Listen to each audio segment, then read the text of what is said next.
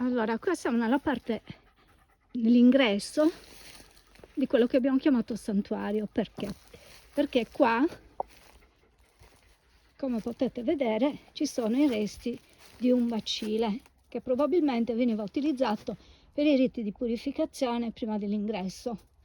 Qua abbiamo un albero pazzesco, bellissimo, e qua abbiamo le sedute, quindi qua i riti di purificazione, poi qua le sedute dove probabilmente aspettavano le persone, magari facevano le offerte eccetera, e qua dentro immagino lo sciamano o la sciamana.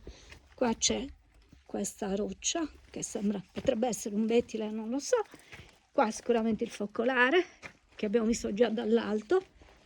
Questa è una specie di celletta dove probabilmente c'erano delle cose votive, e anche qua veramente uno spettacolo. Ma questo bacile